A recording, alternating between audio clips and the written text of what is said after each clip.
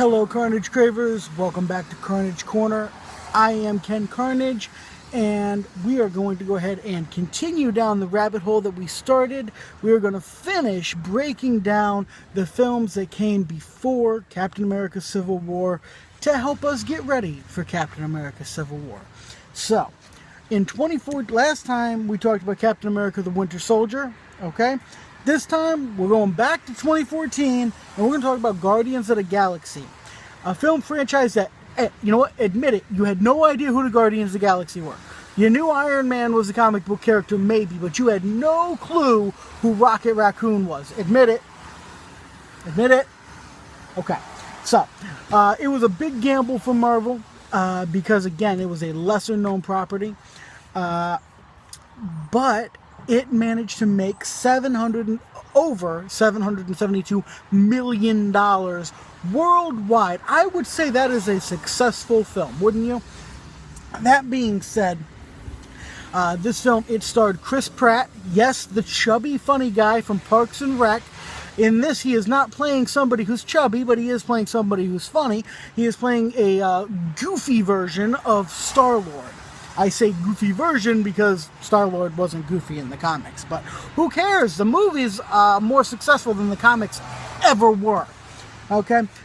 Stars Vin Diesel, who this was easily Vin Diesel's best acting role ever. And all he ever says is 3 words. Probably why it's so damn good. Because he's not screwing it up by talking too much. Okay, so, and then of course Bradley Cooper, sounding very un-Bradley Cooper-like, as the voice of an alcoholic, half cyborg raccoon with anger management issues. Yeah, you really got to see this one to believe it. And it was directed by James Gunn. And I got to say, this film was so much fun. It was so much fun, and the story was good, and, I mean, yeah, Star-Lord's not a goof, and I could have done without the dance-off, but other than that, I mean, what bad could I possibly say about this? It was just fun. You know, Chris Pratt, he busted his ass to get in shape for this role. As I said, it's Vin Diesel's best performance to date. Bradley Cooper is hysterical doing the voice of Rocket Raccoon. Dave Bautista, former WWE star, much funnier than I was expecting, I have to say. He did very well as Drax the Destroyer.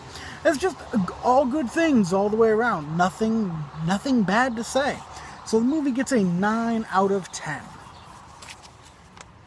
Okay? Now we're going to move forward to the year 2015 to Avengers Age of Ultron. Okay?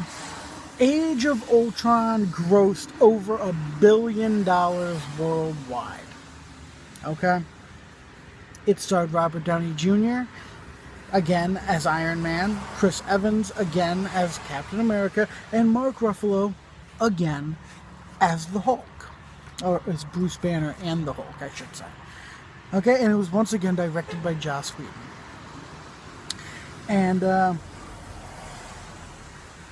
I mean, all in all, I thought the film was disappointing. I mean, let's be honest. They marketed this film to be, Joss Whedon said, and I quote, "This is my Empire Strikes Back, my Godfather Part 2. Yeah, you don't say stuff like that if you're going to have a joking robot, as your villain. You just know. Okay, but I want to talk about the good things first. For one thing, the vision. Paul Bettany's vision owns every scene he's in, and he is fan-freaking-tastic. Okay? The hammer lifting scene where all the Avengers try and pick up Thor's hammer, that's hysterical. That is comedy at its very best. And then, of course, the wood chopping scene. The wood chopping scene was awesome. It starts planting those seeds for Civil War early, and it's just awesome. That being said, I will now talk about the things I did not like. For one thing, the Hulk and Black Widow romance. In what world does this make sense? This makes no sense. And it's very disrespectful to the Black Widow character to suddenly have her delegated basically to just being the beauty that tames the beast. Like that is BS. Because in Avengers, Black Widow was a badass. She was an absolute badass and every bit a member of that team as the other members of that team. I feel like Joss kind of shoved her to the side, which isn't right.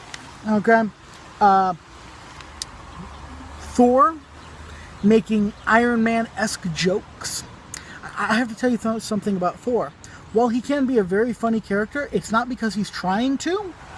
It's because, like, he's from a different world than us. So he does things like walk into pet stores and ask for a horse. Or ask for a dog big enough to ride. Like, this is what Thor is. That's what makes him funny. Him cracking jokes, I'm not down with that. That's not what he does. That's not his character.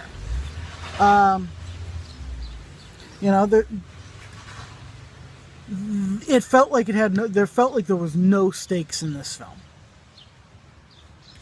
Like, seriously, you have one of the most vulnerable characters on the team, Hawkeye, who is human, who can easily be killed. You've got him driving a convertible through the battle and talking about doing an addition for his wife. Like, if he's not taking it seriously, why should I? If the people in the fight are too busy dropping one-liners to take the damn fight seriously, why would we believe that there are any stakes? Like, seriously. And then of course they did the dumbest thing in the world. They killed Quicksilver instead of Hawkeye. Listen, nothing against Hawkeye, okay? I like Hawkeye. But bear this in mind, we had just spent a good, I don't even know how long it was. We just spent a good chunk of time at Hawkeye's farm. We met his family.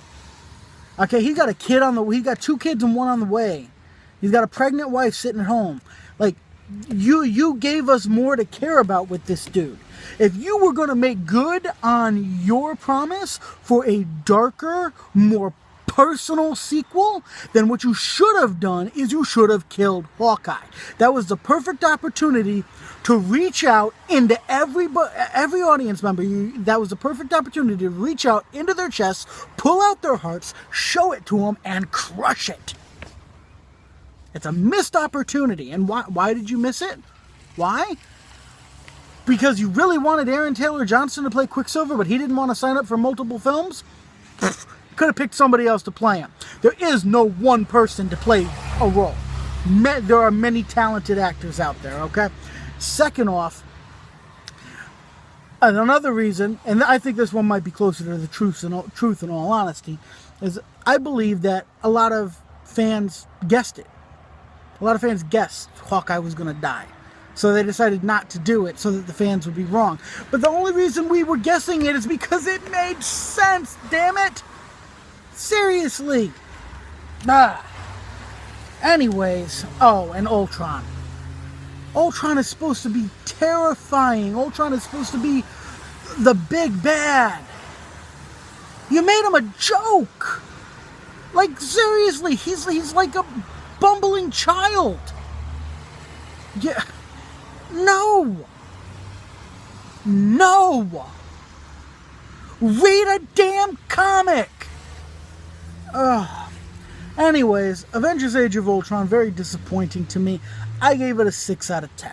Now, we're going to end off with the last film that came out before Civil War, and we're going to end on a happy note because we're going to talk about Ant-Man. Ant-Man came out in 2015. Ant-Man grossed over $518 million. And that's not bad for a little old movie, okay? So, movie stars Paul Rudd as Scott Lang, Michael Douglas as Hank Pym, and Corey Stoll as the villain Yellow Jacket.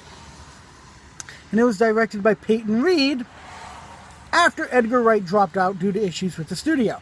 But I'm going to be honest, I honestly don't see how this movie could have been any better if Edgar Wright had stayed on, so I don't think we missed out on much there, guys. I must say, Ant-Man was great. It was so much fun. It was funny, very heartfelt. Yeah, it was really, I mean, it was a heist film, but at its core, it was a film about relationships. You know, father, daughter. You know, with Scott and his daughter. You know, father, daughter with Hank and his daughter.